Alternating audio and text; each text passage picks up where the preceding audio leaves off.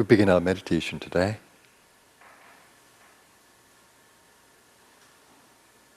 The joy of meditation is resting the mind, the ego mind, in the infinite self within.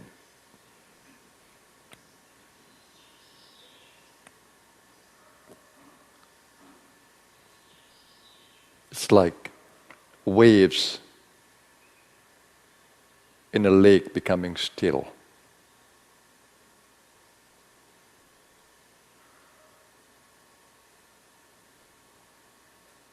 The water is there with all its power, but it's still.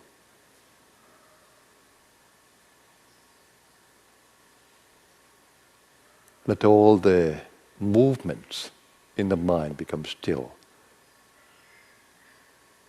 Patanjali says that yoga or union with the divine happens then. The ego can be attuned to the divine.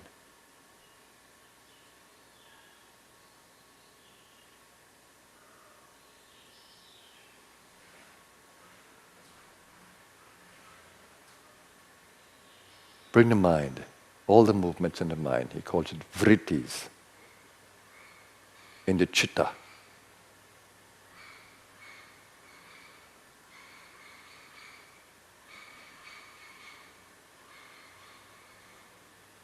Stillness.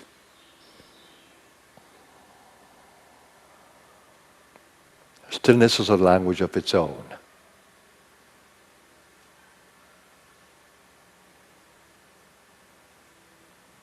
It has a potential for every sound, every thought form, every emotion.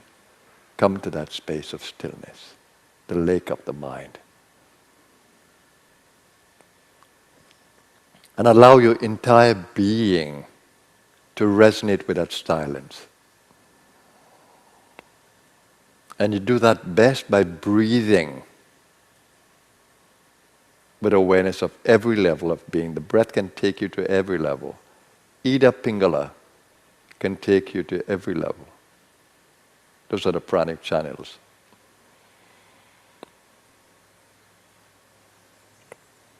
Even if you're not aware of them, they're there.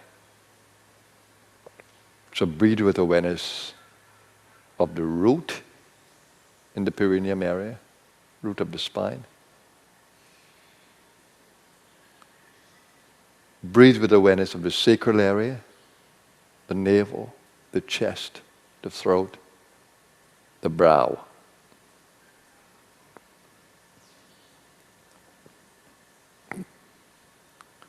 Breathing allows you to do that. As you need to open your belly to breathe, you need to ground in the physical. You need to open the chest to breathe. You need to open up the shoulders, breathe into the throat. And you need to focus with the mind.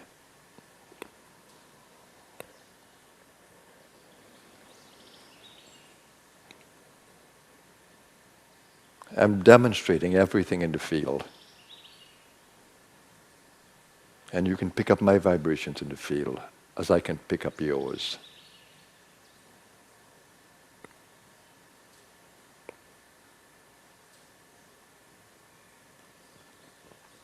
As much as you can, remove all tamas from the body, all lethargy,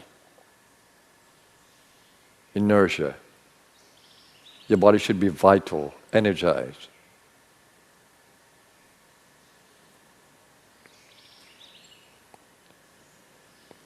And your mind should integrate with the entire field of the body. As I told you, the mind is like a layer, a layering of space within the body. A field of energy.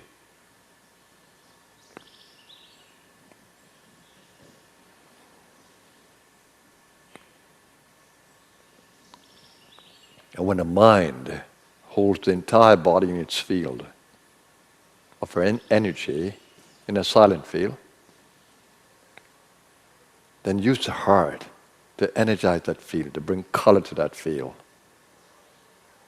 joyfulness.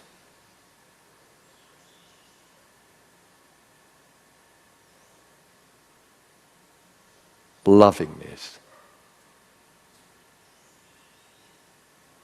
Harmony.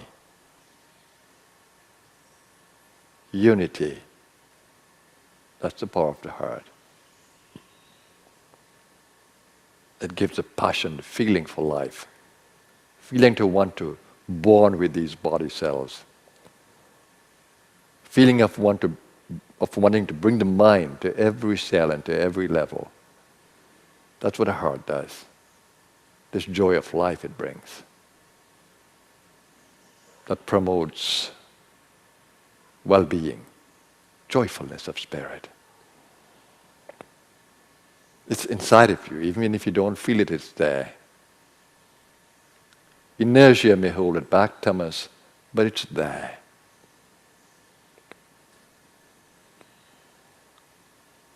It's truly a treasure chest within your heart.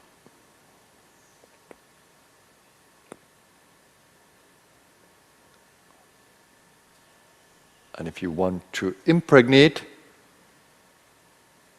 the core vital area of your being, then just breathe into the belly this lovingness, this joyfulness into your belly.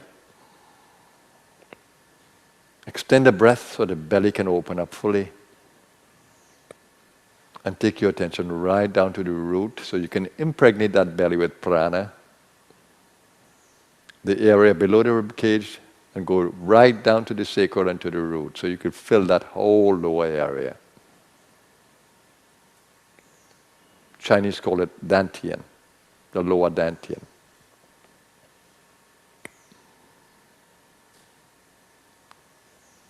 A storage area of qi. When you hold the breath in that area, impregnating the body organs and cells, vibrate in this prana.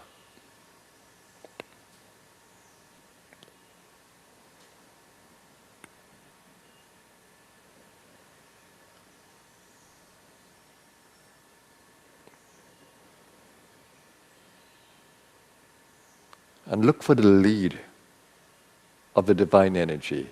She's there. She's behind the Guru Tattva, the power to manage the field.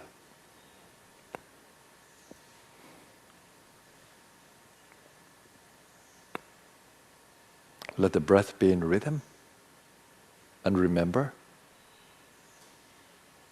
to find the pauses at the end of the out breath and at the end of the in breath. Make them important. In those transition points, you can go deeper into stillness.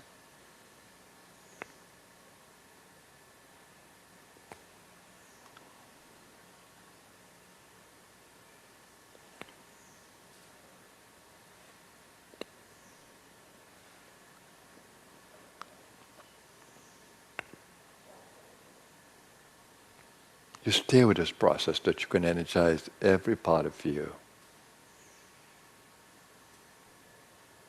before you can go deeper within,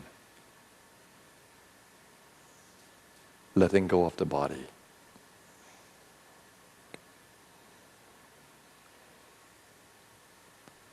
And letting the breath become shallow.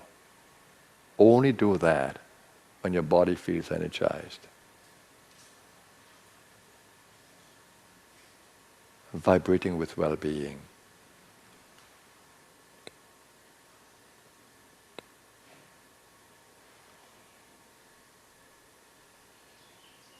Now I'm going to go deeper into my meditation.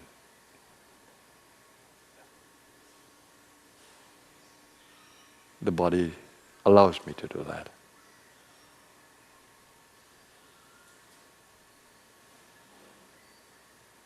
It supports my going within. And I take my attention to my brow in deeper focus, centering in what we call the bindu, that point that goes straight up to the crown. It's a pathway to the infinite.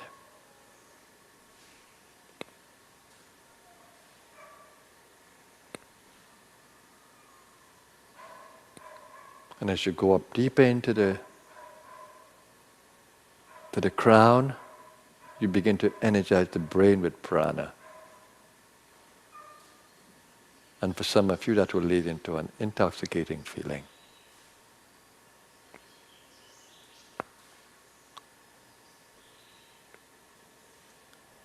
Where brain cells become nourished. And stimulated in a way to create ecstasy.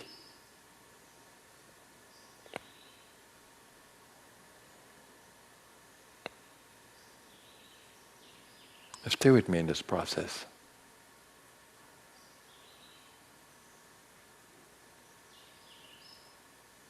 Ride the wave of my field.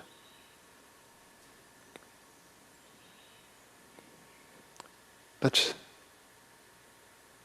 travel this spot together.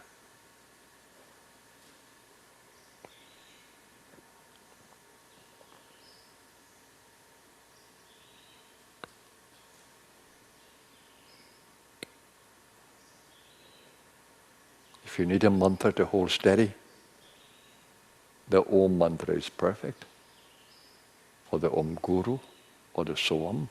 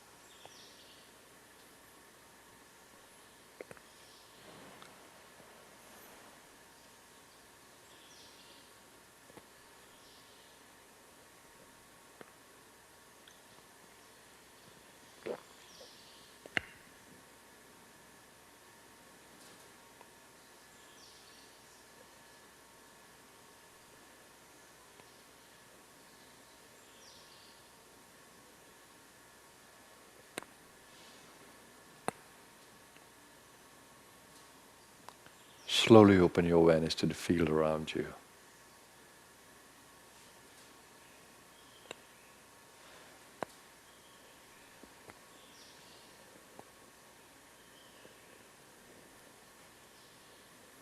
Slowly.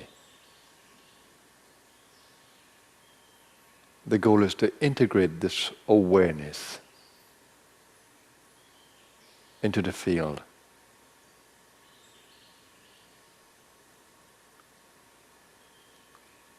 Come to the awareness of the grossness of the physical once more.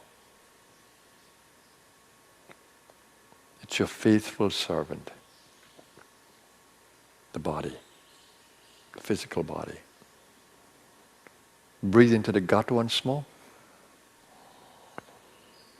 energizing the senses that are associated with the lower area. Root smell, sacral taste, navel sight, light. And as you open up the belly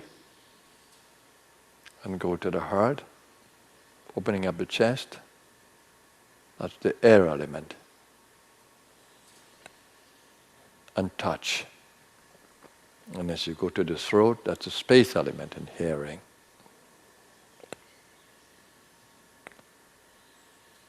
Your soul through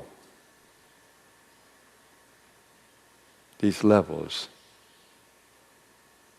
impact your body and the field. So let's open up the soul awareness to integrate with the physical at every level.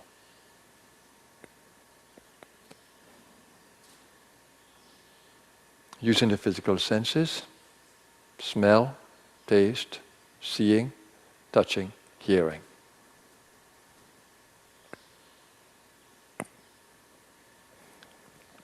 And hold intention within you in this day as you prepare to come out of meditation, or to extend the meditation to activity rather. The meditative awareness. Let's affirm our intention very powerfully. I center my being, my ego consciousness in the infinite consciousness within my being.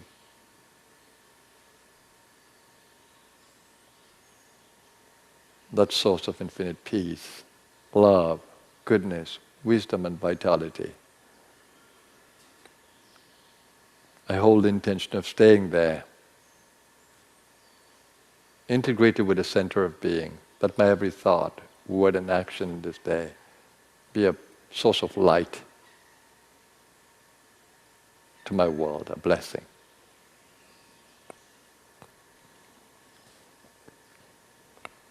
I pray to stay there throughout my day, lighting up my world in every possible way, through every opportunity. And I give thanks. I bow to you, Supreme Self.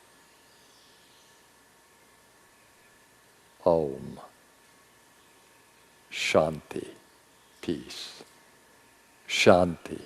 Peace. Shanti. Peace.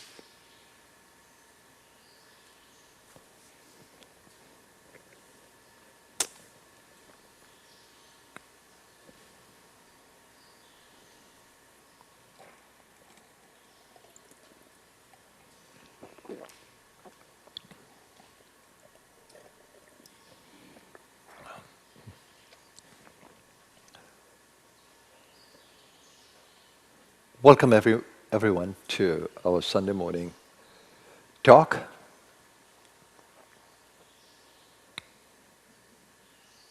Hope that you have had an elevating experience in the consciousness, that you're more alive and alert and vibrant at every level.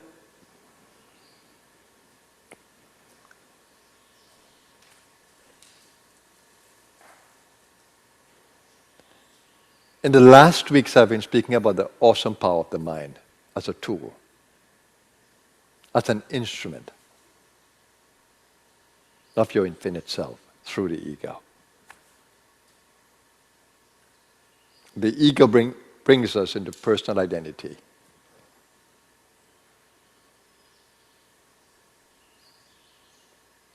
Meditation takes this ego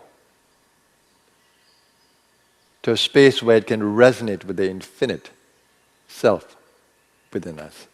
And that unity of individual consciousness, the ego, and the infinite is what yoga is. Yoga is that unity.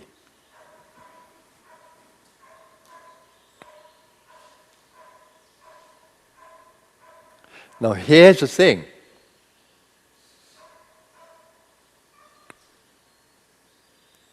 You shouldn't feel depressed if you can't yet figure it out.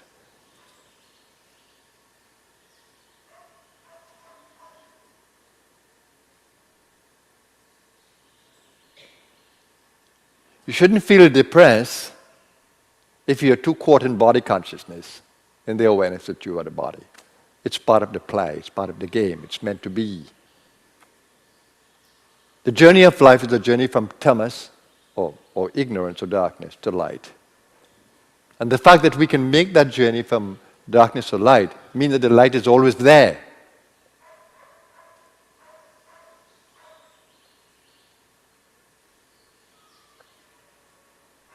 But Maya or illusion makes us think that the light is not there. That is what makes it a game, a play. The light is always there. Your supreme consciousness is always within you.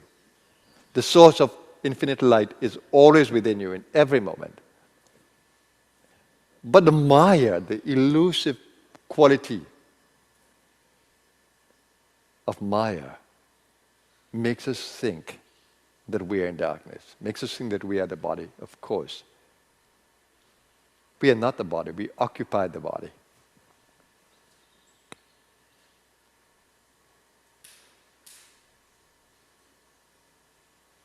And so you should not feel ashamed because you are there.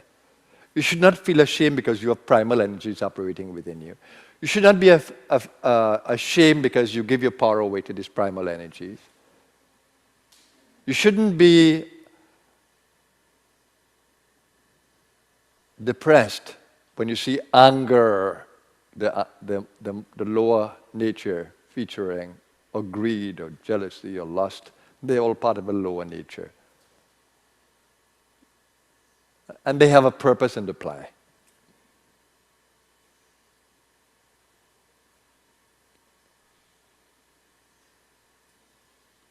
The more important thing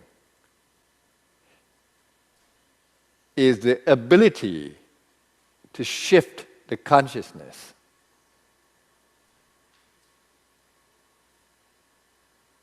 from identification with the physical body as our reality to coming into more subtle awareness of self. The subtle identity that we have, coming to that first, and then going deeper into the subtle identity. The subtle identity is called our immortal self, our soul. Physical body is the vehicle.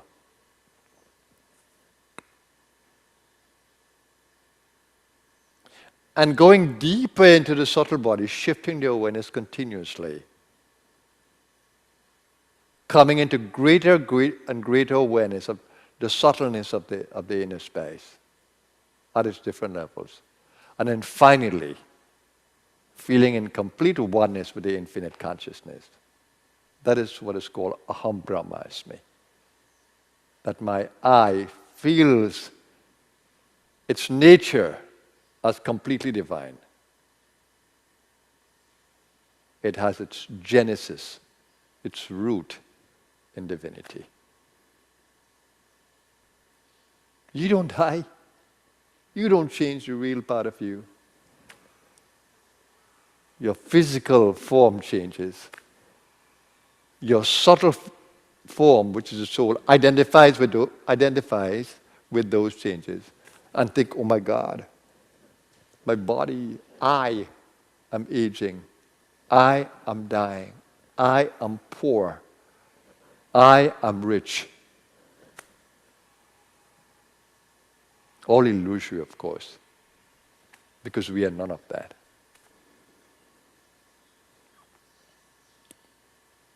So what makes us shift? We can say it's divine grace. We need support to be lifted in consciousness. But the most powerful aspect of grace in any space is the advent of the Divine Master. Whether coming from the subtle world towards us,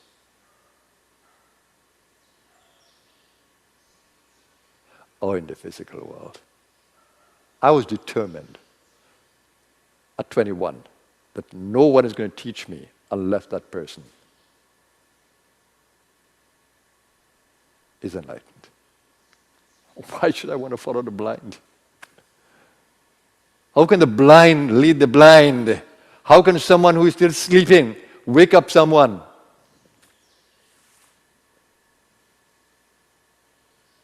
That was my dilemma. And I moved across in there because I had to find one of these beings. Of course, India is touted to having these divine beings. And as destiny would have it, I had the ultimate experience of waking up, shifting into consciousness. You can have that too. In fact, it is not the master to be blamed when you don't feel anything in the presence of the master, but other people are feeling it. I told you I had two marvelous experiences of that. As I traveled through India, I was very excited about being in Ganeshpuri and having all these enlightening kind of shifts in consciousness. And I was so excited when I went to North India. I met someone from Denmark. And he was an artist, drawing. And he became very interested in my excitement and wanted to come to the Ganeshpuri. Another one in the train when I was going back to Ganeshpuri, she was very excited about my experiences and she wanted to go as well. But she was complaining about everything. When they went to the ashram with me, the one from Denmark, the artist, he was scared out of his wits. He could swear that there was some kind of evil power in this place. There was no way I could convince him otherwise, so he left. And the lady, she complained about everything in the ashram. The same habit she had outside on the train, explaining to me, it's everybody's problem. The same thing in the ashram. So what I experienced, they didn't. So it's not about a master, it's not about the environment, it's about us and how dense we are, how much work we have done in the preparation. Are we ready for this shift? When we are ready, the magic will happen. So we have to continuously bring ourselves into readiness. And not only that, you can have an initial impact and you feel, wow, this is a wonderful shift I've made. And then it disappears. And people tell me, I have had this 2 years ago, I've had this 5 years ago, and I don't have it now. Well, it's natural. There's nothing unusual about that. But I'll tell you what you can do. Continuously find the edge. When you start a practice and then you get an experience, you need to stay with it. Stay with it, and you keep that consciousness at the edge, at the frontier of where your experiences are. You stay there, and your goal should be, I want to move another step. I want to edge a little bit further. You don't drop down back, you don't go back into old habits. You don't allow yourself to go back into old habits. And if perchance you do, then move quickly. Get back to the edge. But continuously finding the edge is important. That's what I did. I continuously stayed at the boundary and tried to shift continuously. So when my heart opened up to love, as in Ganesh Puri, it happened. I used love so continuously in everything that I did that I was continuously on the edge. Pushing the edge a little further. I wanted to see what next experience will be. And I took love continuously to the edge.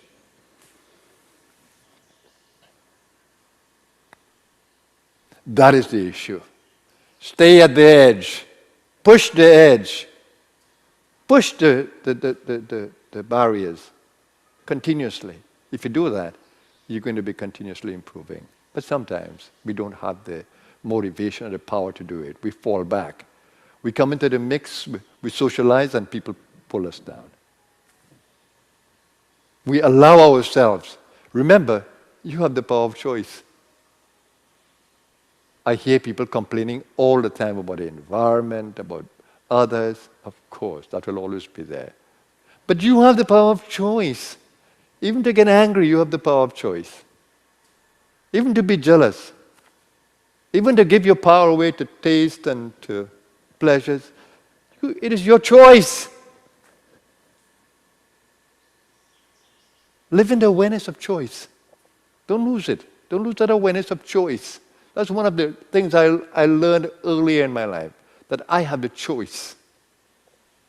It was so difficult to leave jobs sometime, but I believed in the infinite. When I had to go to India, people were telling me, no, why are you leaving your job? Why are you going out to a place you don't even know? No, I had to do this. And do you know what was the sustaining thing? That I can live in 3 suits of clothes. That's what I went to India with. One to wear, one washed and it's drying,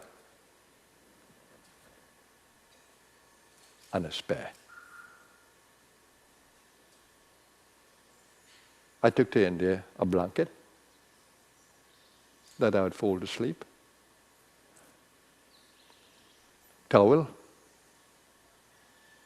and my bag was just about this big. I can't imagine I would stay 4 months in India with a bag this big. But I realized it didn't take much to live. And I've always held that awareness.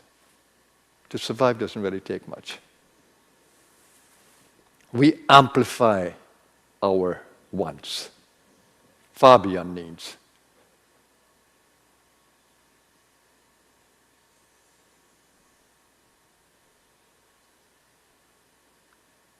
So the whole idea is to learn to live simply. You can choose to do whatever you want to do. You have the power to do that. Don't become attached. You give your power away. You become attached to people, you can't do without them. You become attached to comfort, you can't do without it. You become attached to a mantra, you become attached to a practice, you can't go beyond. You become attached to an attitude, you can't move out of it. Don't give your power away. You have the power of choice. But to use that, you require discrimination.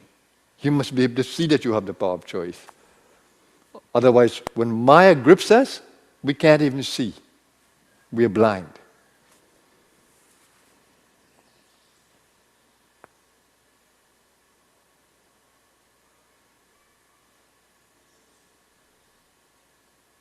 What joy it is when you realize that you have the power of choice. Choice to stay in your power and not give it away. I find it to be amazingly joyful to feel it. I don't have to give my power away to anything. Doesn't matter what anybody tells me, I don't have to do it. I can choose to do it. I can give myself permission to eat junk one day. I give myself permission to do it. I can give myself permission to go into the darkness a little bit if I want the experience of the darkness. But the power is mine to come out back. So don't be afraid. Don't be afraid sometimes when you are indecisive to move your foot, to go forward. Fully knowing that you have a choice to return or to change.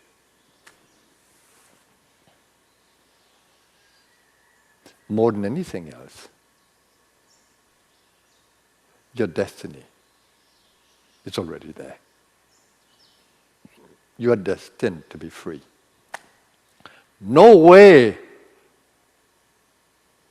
you cannot be. So no matter what your condition is, no matter how far gone you think you are destined to be liberated.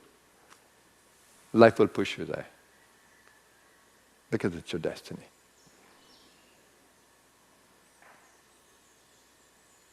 And the more conscious you are, the more you realize this.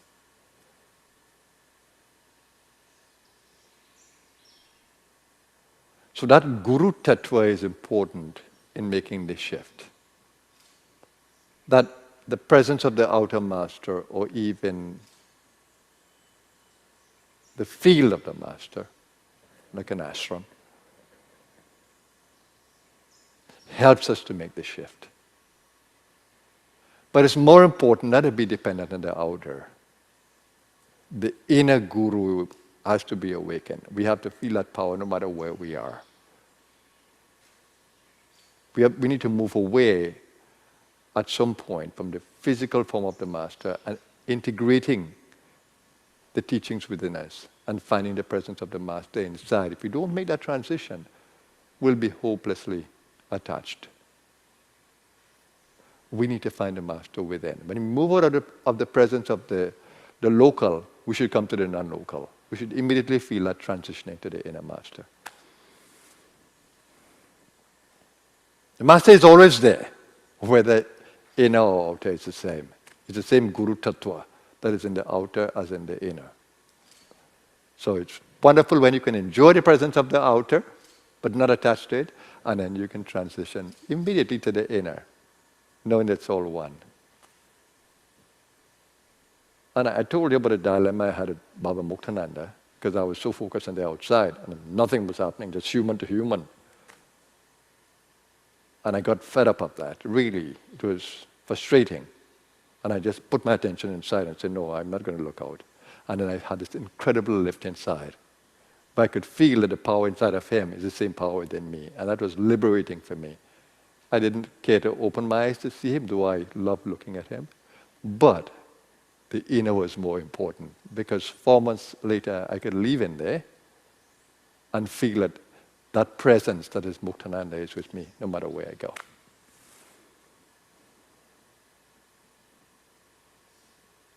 So, non-local and local, there must be the harmony of the experience of both, and the joy of the experience of both, that you feel completely free, absorbed in Guru Tattva. So, that's much I'm going to say to you today. And I look forward to conversation with those of you who will be with us in the afternoon, my afternoon, as we speak of the awesome power of the mind. And today we add this extra feature of the power to shift, the Guru Tattva. Staying at the edge and realizing that you have the power of choice. Have a blessed day, everyone. Namaskar.